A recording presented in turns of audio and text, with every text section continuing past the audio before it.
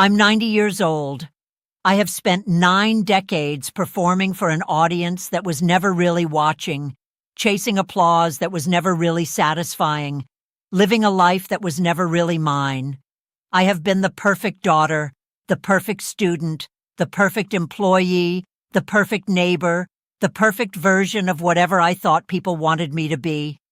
And now, sitting here in the final act of my existence, I realize that in trying so hard to be everything to everyone, I became nothing to myself. My name is Dorothy, and I need to tell you something that took me 90 years to understand. Living for other people's approval is not living at all. It's performing. It's a 90-year theater production where you are both the actor and the audience, playing a role you never auditioned for, in a show you never wanted to be in, for critics who aren't even paying attention. You think that if you just do what people expect, say what people want to hear, become what people want you to become, you'll finally feel accepted, loved, worthy. That's the lie I believed from the time I was 5 years old and learned that good girls get praise and bad girls get ignored. That's the lie that turned my entire life into an endless audition for a part I never got. Let me tell you how this prison is built. It starts small, innocently. You're a child and you realize that when you act a certain way, adults smile. When you say the right thing, they call you good. When you follow the rules perfectly, they call you special. So you learn to read the room, to sense what people want from you, to become whoever they need you to be in that moment. My mother would light up when I brought home perfect grades, when I sat quietly during adult conversations, when I wore the dress she picked out without complaining. My father would beam with pride when neighbors complimented my manners, when teachers praised my behavior, when other parents said how well-behaved I was compared to their own children. But somewhere between being a good girl and being a good woman, you lose track of who you actually are underneath all the performance. You become so good at giving people what they want that you forget what you want. You become so skilled at reading other people's expectations that you never learn to listen to your own voice. You develop a talent for disappearing into whatever role is required, and eventually you disappear altogether.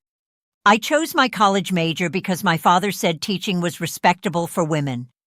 I chose my husband because my mother said he was the kind of man who would provide security. I chose where to live because my friends said the neighborhood had a good reputation.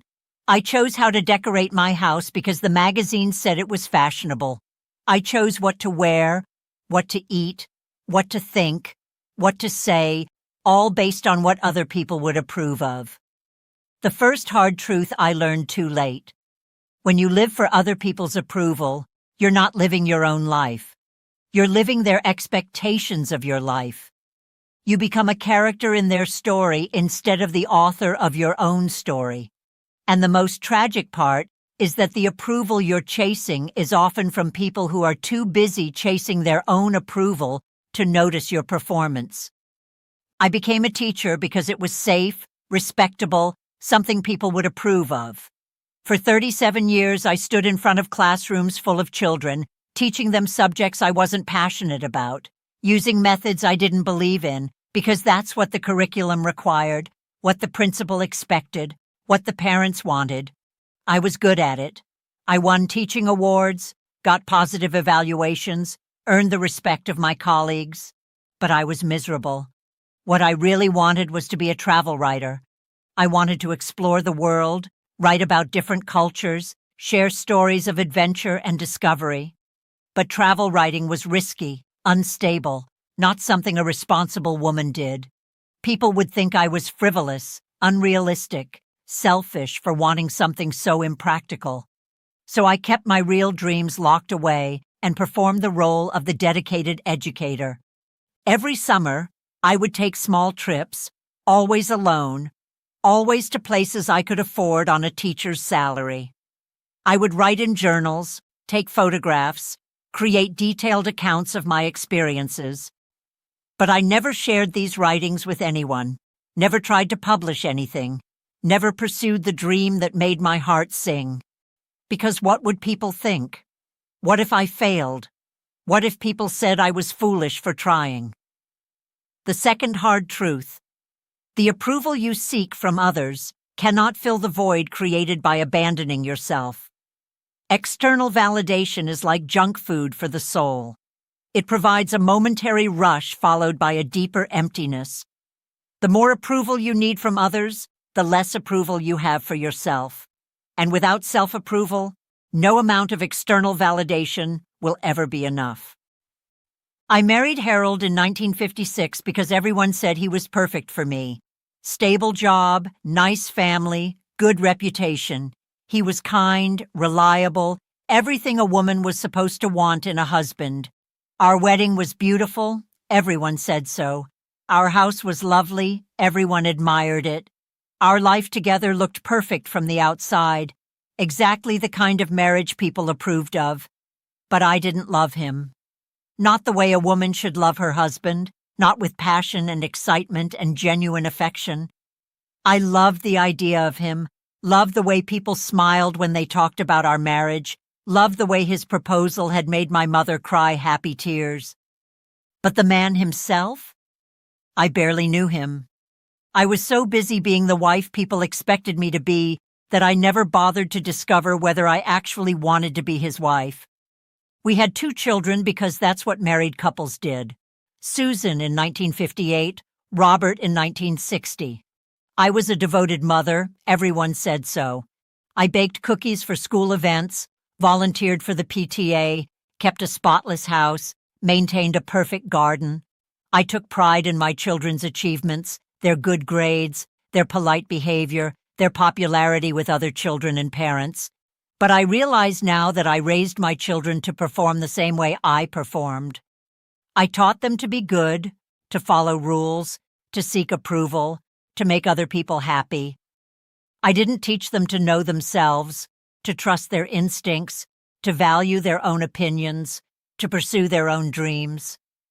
I passed down the same prison I had built for myself, wrapped it up as good parenting, and locked my own children inside it. The third hard truth: when you don't know who you are, you cannot teach your children who they are.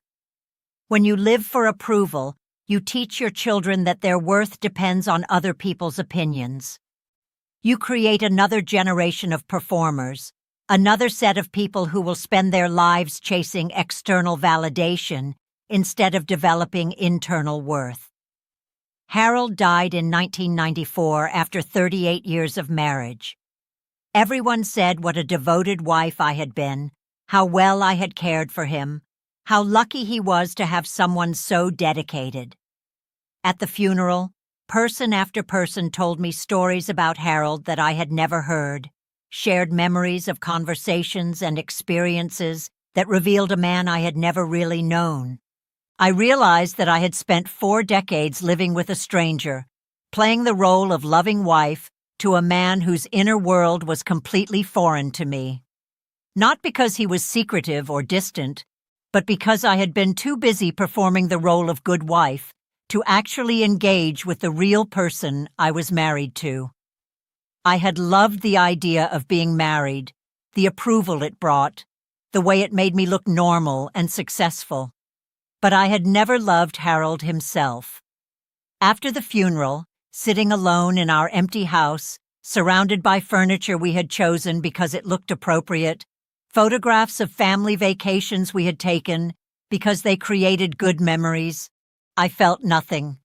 Not grief, not relief, not sadness, not freedom, just emptiness. The audience for my 40-year performance as devoted wife had left, and I didn't know who I was supposed to be anymore. The fourth hard truth: when you build your identity around other people's expectations, you have no identity left when those expectations disappear. When you define yourself by your relationships and roles rather than your authentic self, you become nobody when those relationships and roles end. You spend so much energy being who others want you to be that you never discover who you actually are. My children moved away after college, started their own families, built their own lives. Susan became a lawyer, married another lawyer, had 2 children who attend private school and take violin lessons.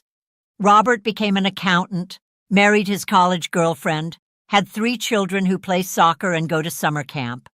They are successful, responsible adults who make choices their grandmother would approve of. They visit me on holidays, call me every few weeks, send cards on birthdays and Mother's Day. They are dutiful children who fulfill their obligations to their aging mother.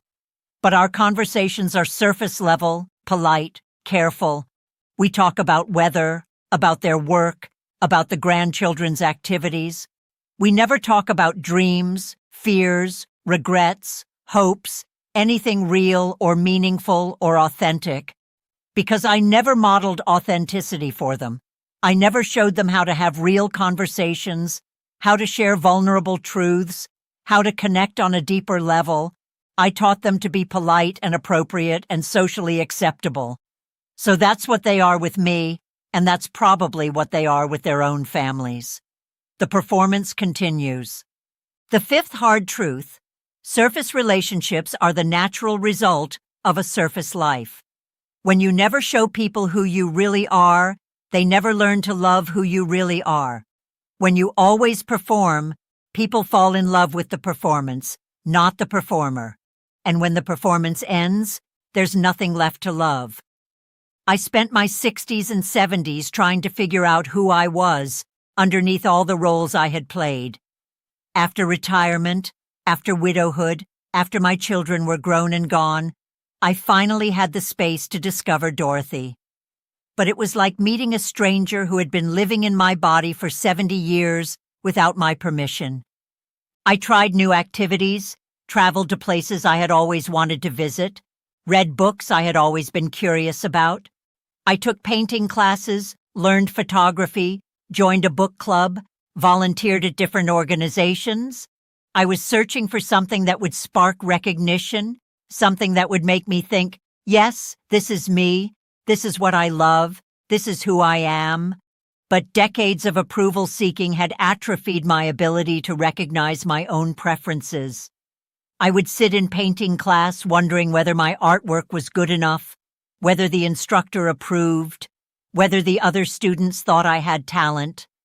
I would travel to beautiful places and worry about whether I was traveling correctly, whether I looked like the kind of person who belonged in such places, whether other travelers found me interesting or boring.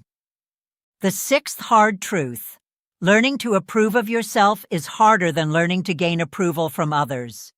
When you've spent a lifetime looking outward for validation, turning inward feels foreign and frightening. You've developed muscles for pleasing others and let your muscles for pleasing yourself atrophy. Rebuilding self-approval takes time, practice, and the willingness to disappoint people who prefer your performance to your authenticity. I see young people today making the same mistakes I made. I see them curating their lives for social media, choosing careers based on prestige rather than passion, staying in relationships because breaking up would be embarrassing, moving to cities because that's where successful people live. I see them exhausting themselves trying to be perfect, trying to maintain an image, trying to keep up with expectations that are impossible to meet. And I want to tell them that none of it matters. The people whose approval you're seeking are too busy seeking approval to pay attention to your performance. The image you're trying to maintain is exhausting you and preventing you from building real relationships. The expectations you're trying to meet are not making you happy. They're making you anxious, depressed, and disconnected from your authentic self. But I know they won't listen, because I wouldn't have listened at their age. I was too convinced that other people's opinions mattered more than my own, too afraid of disapproval, too sure that if I just performed well enough, I would finally feel worthy, loved enough. The 7th hard truth: the approval you seek from others is often a substitute for the approval you cannot give yourself. When you don't value your own opinions, you need other people to tell you you're valuable. When you don't trust your own judgment, you need other people to validate your choices. When you don't love yourself, you need other people to love you. But other people's approval is a poor substitute for self-acceptance, and it will never fill the hole left by self-abandonment. I spent my 80s learning to live alone, really alone, without an audience to perform for, without expectations to meet, without approval to seek. It was terrifying at first. I would catch myself wondering what people would think about my choices, then realize there was no one there to think anything. I was free to eat what I wanted, wear what I wanted, spend my time however I wanted, without considering anyone else's opinion. And slowly, very slowly, I began to hear my own voice. Quiet at first, unsure of itself, but gradually growing stronger. I discovered that I actually liked spicy food, even though I had spent decades cooking mild meals because Harold preferred them. I learned that I enjoyed staying up late and sleeping in, even though I had maintained early bedtimes for 60 years, because that's what responsible people did. I found out that I loved thunderstorms, really loved them, loved sitting on my porch watching lightning and listening to rain, even though I had always closed the curtains and hidden inside, because that seemed like the safer, more sensible thing to do. I discovered that I preferred books about adventure and exploration to the romance novels I had read for years, because they seemed appropriate for women my age. The 8th hard truth: you are not too old to meet yourself for the first time. It's never too late to discover what you actually like, what you actually want, what actually brings you joy. But the longer you wait, the less time you have to enjoy being who you really are. Don't wait until you're 80 to start living authentically. Don't wait until everyone else's expectations are gone to start honoring your own. I'm 90 years old now. I have maybe 5 years left, maybe 10 if I'm lucky. And for the first time in my life, I'm living those years as myself, not as who I think I should be, not as who other people want me to be, just as Dorothy. Real, imperfect, sometimes difficult Dorothy, who likes what she likes and wants what she wants and thinks what she thinks. It's lonely sometimes, because people don't know how to relate to authentic me the way they related to performing me. It's scary sometimes, because without the safety of approval seeking, I have to take responsibility for my own choices and live with their consequences. But it's also liberating in a way I never knew was possible. I wish I had found this freedom at 30, at 40, at 50. I wish I had raised my children with this authenticity, loved my husband with this honesty, taught my students with this passion. I wish I had written the travel stories, taken the risks, followed the dreams, lived the life that was actually mine instead of the life I thought people wanted me to live. The 9th hard truth: other people's approval is temporary, conditional, and ultimately meaningless. But your own approval, your own self-respect, your own authentic living, that's what stays with you. That's what makes life worth living. That's what creates real relationships, real satisfaction, real peace. Don't spend your life auditioning for a part in someone else's story. Don't waste decades performing for an audience that isn't paying attention. Don't sacrifice your authentic self for the temporary rush of external validation that never lasts anyway. Stop asking, "What will people think?" and start asking, "What do I think?" Stop wondering whether you're doing what people expect and start wondering whether you're doing what makes you come alive. Stop trying to be the person others want you to be and start being the person you actually are underneath all the masks. You are not here to live up to other people's expectations. You are not here to make other people comfortable. You are not here to perform for approval. You are here to be yourself, fully and completely and authentically, regardless of what anyone else thinks about it. The people who matter will love the real you. The people who only loved your performance were never really loving you anyway. And the opinion that matters most, the only one that will be with you at the end of your life, is your own. I'm tired now. Tired of remembering all the years I spent performing instead of living, pretending instead of being. But I'm also grateful. Grateful that I finally found myself, even if it took 90 years. Grateful that I get to spend these final years being authentic, being real, being me for the first time. Don't wait 90 years to finally meet yourself. The world needs who you really are, not who you think it wants you to be. Live authentically.